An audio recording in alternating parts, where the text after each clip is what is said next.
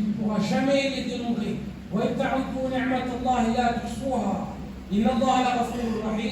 Et si vous comptez les bienfaits d'Allah, vous pourrez les dénombrer. En vérité, Allah est pardonneur et miséricordieux. Ce Seigneur en question ne mérite-t-il donc pas d'être adoré, unifié et glorifié? Il est le seul et l'unique, il n'a pas d'associé. C'est lui qui efface et pardonne nos péchés. C'est lui qui nous quitte comme nous sommes égaux. Il mérite d'être loué, le puissant, l'exalté, il mérite d'être aimé. Gloire à sa majesté, subhanahu wa ta'ala. Gloire à lui, exalté soit-il, huwa mawlakum, wa ni'mal mawla, wa ni'mal nasir. C'est lui votre maître, et quel excellent maître. Wa ni'mal nasir, et quel excellent soutien. Fata'ala Allahu al-Malik al-Haq, que soit exalté Allah, al-Malik, le souverain, al-Haq, le vrai. La ilaha illahu, nulle divinité à part lui, Rabbul Arsh al-Karim, le Seigneur du trône sublime, Alimul Ghayb wa Shahadati al-Kabir al-Muta'al, le connaisseur de ce qui est caché, de ce qui est apparent, le grand, le sublime. Nous allons répéter ce discours jusqu'à ce qu'il nous soit évident de tous que les bienfaits que nous venons de mentionner, ainsi que ceux qui ne l'ont pas été, sont des biens inestimables de la part de notre Seigneur qui s'appelle Allah. Nous allons répéter ce même discours jusqu'à ce qu'il nous soit évident de tous que ce ne sont pas des choses ordinaires, mais extraordinaires. Nous allons répéter ce même discours jusqu'à ce que chacun d'entre nous, Fatan, comprenne et prenne conscience de l'étendue de ces bienfaits en question. Nous allons répéter ce même discours jusqu'à ce que chacun d'entre nous comprenne que c'est un privilège et un luxe de les avoir. Et afin que chacun puisse comprendre que nous les avons uniquement parce que Allah nous les a attribués. Nous les avons uniquement parce que Allah nous en a fait don. Nous les avons uniquement parce que Allah nous les a accordés. Et tout ce que vous avez comme bienfait provient d'Allah.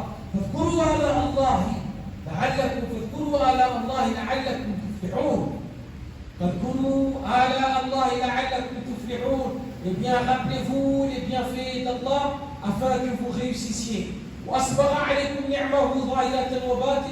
Et il vous a comblé de ses bienfaits apparents et cachés. Et il vous a accordé tout ce que vous lui avez demandé. Et soyez reconnaissants pour les bienfaits d'Allah si c'est lui que vous adorez.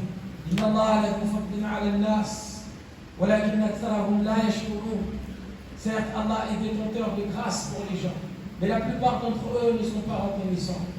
Et se rappeler les bienfaits d'Allah, c'est ce que Allah nous enjoint dans le Coran Karim. Il dit Ya ayyuhan nas, il appelle toute l'humanité.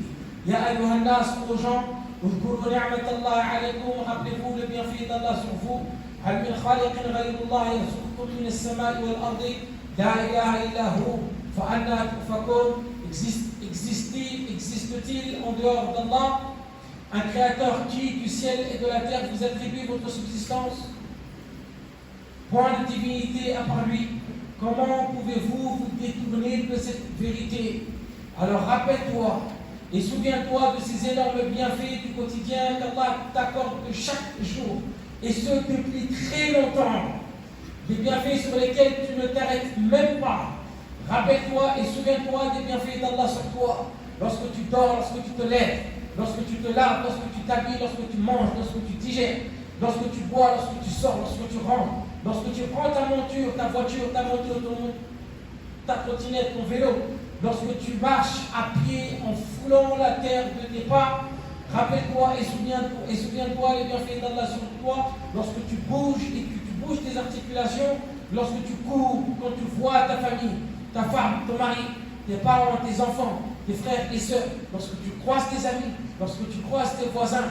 Souviens-toi des bienfaits qui t'entourent, des bienfaits inestimables qu'on minimise, et pourtant notre vie tourne autour de ces bienfaits en question. N'attendons pas d'en être privés pour se rendre compte de leur importance. Demande au malade qui est allongé sur le bienfait de la santé. Il te dira réellement ce que c'est. Demande à celui qui est pris par ses occupations quel est le bienfait d'avoir du temps libre. Demande à celui qui est muet quel est le bienfait de la parole, quel est le bienfait de lui. Demande à celui qui est muet quel est le bienfait de la parole. Demande à celui qui est sourd quel est le bienfait de lui. À celui qui est aveugle, demande-lui quel est le bienfait d'avoir la possibilité de voir et d'observer des choses. Demande à celui qui a fait 24 heures, 48 heures, il n'a même pas pris une bouchée de nourriture. Quel est le bienfait de la nourriture que toi tu as jeté à la poubelle? Demande à celui qui se travaille avec une bouteille d'oxygène, quel est le bienfait d'avoir la possibilité de respirer normalement, tranquillement. Demande à celui qui a un pacemaker implanté dans la poitrine. Quel est le bienfait d'avoir la possibilité d'avoir un cœur en bonne santé, en bon état, le corps bat dans ta poitrine, tranquillement, sans aucun problème.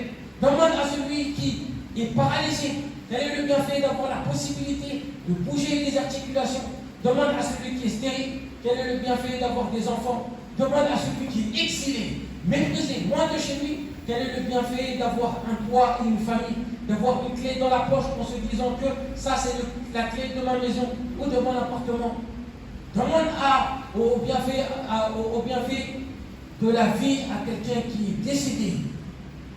Demande le bienfait de la guidée et de l'islam à celui qui est décédé sur le faux, sur l'idolâtrie. Il te dira ce qu'il sait. Aujourd'hui, nous on est plongé dans ces bienfaits. Depuis que tu t'es assis à la mosquée, là, maintenant, aujourd'hui, combien de fois tu as respiré?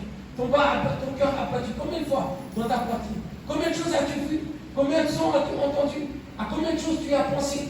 Combien de fois tu as bougé? Combien de fois tu as bougé tes articulations? La question qui se pose, c'est combien de fois tu as dit à Allah merci? Et combien de fois as-tu été reconnaissant envers lui subhanahu wa ta'ala? Celui qui pense que les biens qu'il possède sont acquis, que cette personne se détrompe, Allah est capable de te reprendre et de t'arracher ce qu'il t'a octroyé.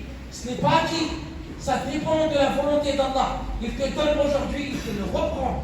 Personne ne peut s'opposer à son commandement. La mu'aqqiba li hukmihi wa huwa sari'ul hisab, et il n'a peur d'aucune conséquence. Voilà yakhafu uqbaha. Ce n'est pas acquis. Aujourd'hui tu l'as, tu le possèdes, et demain tu ne l'as pas. وضرب الله مثلا قرية كانت آمنة مطمئنة يأتيها رزقها رغدا من كل مكان فكفرت بأنعم الله فأذاقها الله لباس الجوع والخوف بما كانوا يصنعون. À méditer, Allah propose en parabole une ville, elle était en sécurité, tranquille, sa part de nourriture lui venait de partout en abondance. فكفرت بأنعم الله, puis elle se montra ingrate au bienfait d'Allah. Allah lui fit alors goûter la violence de la faim et de la peur en punition de ce qu'il faisait. Celui qui se rappelle et se souvient de qui provient les bienfaits qu'il possède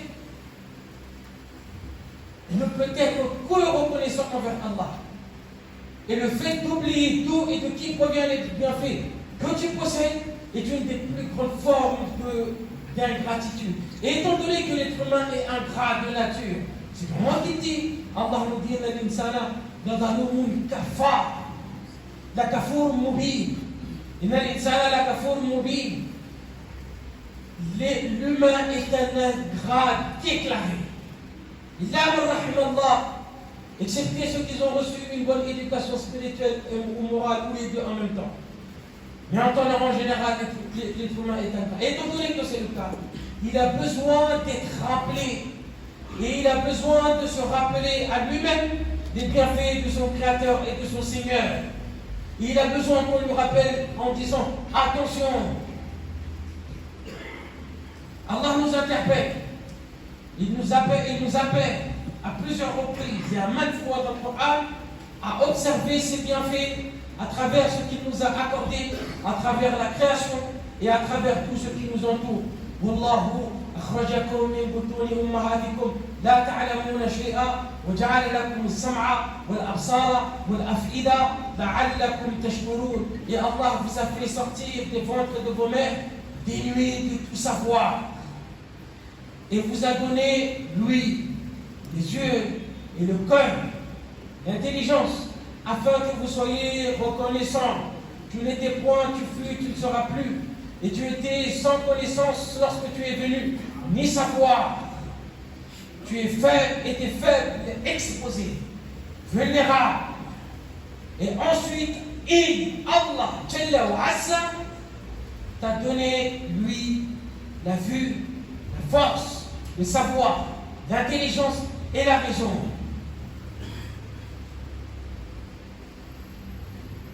هو الذي أنزل من السماء ماء لكم منه شراب ومنه شجر فيه تسيمون ينبت لكم به الزرع والزيتون والنخيل والأعناب ومن كل الثمرات إن في ذلك لآيات لقوم يتفكرون. C'est lui qui, du ciel, a fait descendre de l'eau qui vous sert de boisson et grâce à laquelle poussent des plantes dont vous nourrissez vos troupeaux.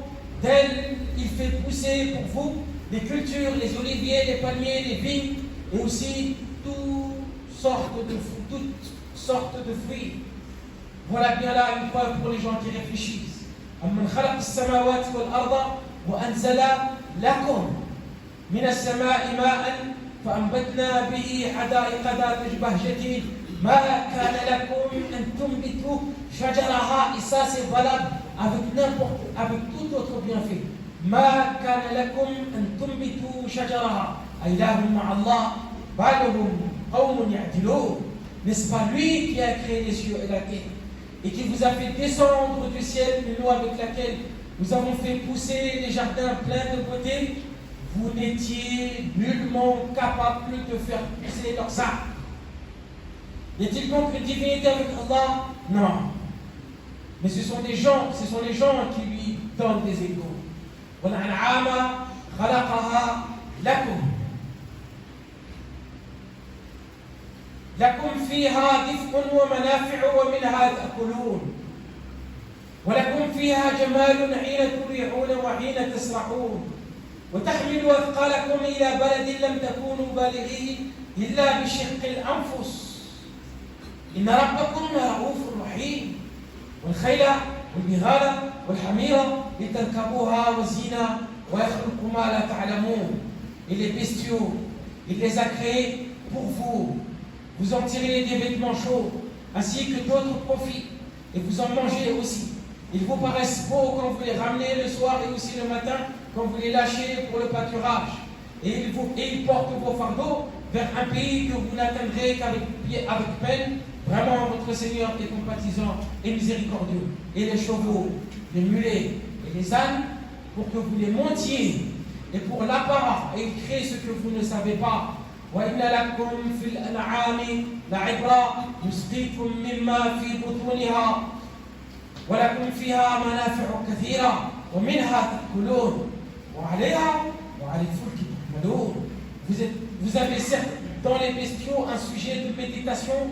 Nous vous donnons à boire de ce qu'ils ont dans le ventre, et vous y trouverez également maintes utilités. Et vous vous en nourrissez sur eux, ainsi que sur les vaisseaux vous êtes transportés. Lorsqu'on lit ce verset, on a une méditation qui est extrêmement limitée. Les bestiaux sont mentionnés, et ça inclut tous ceux qui assument la même fonction de ces bestiaux. Là, lorsque tu démarres ta couture, Masha'Allah, elle est belle. Quand tu la vois, tu es content. Quand tu prends ton vélo, ta trottinette, ton métro, et lorsque tu bois ton lait, et lorsque tu prends ton miel, lorsque tu es en train de manger ta viande bien assaisonnée, ou tu es en train de manger ton steak, d'où ça provient tout cela? Qui te les a accordés? Allah tabaraka wa ta'ala. Lorsque tu n'arrives même pas à porter des affaires ou un fardeau qui est lourd, d'un point A à un point B qui est à peine de 50 mètres, tu les mets dans le coffre de ta voiture ou sur n'importe quel autre engin وتحملوا أثقالكم إلى بلد لم تكونوا بالغيه إلا بشق الأنفس والله إن ربكم لرؤوف رحيم. Et avec tout cela, avec tout ce qu'il nous a apporté, il nous a tous assujettis. وسخر لكم ما في السماوات وما في الأرض جميعا منه إن في ذلك الآيات لقوم يتفكرون. Et il vous a assujetti tout ce qui est dans les cieux et sur la terre. De tout venant de lui, il y a là des signes pour les gens qui réfléchissent. قولوا ما تسمعون واستغفر الله لي ولكم ولسائر المسلمين انه كان غفورا رحيما. رب اغفر وارحم وانت ارحم الراحمين.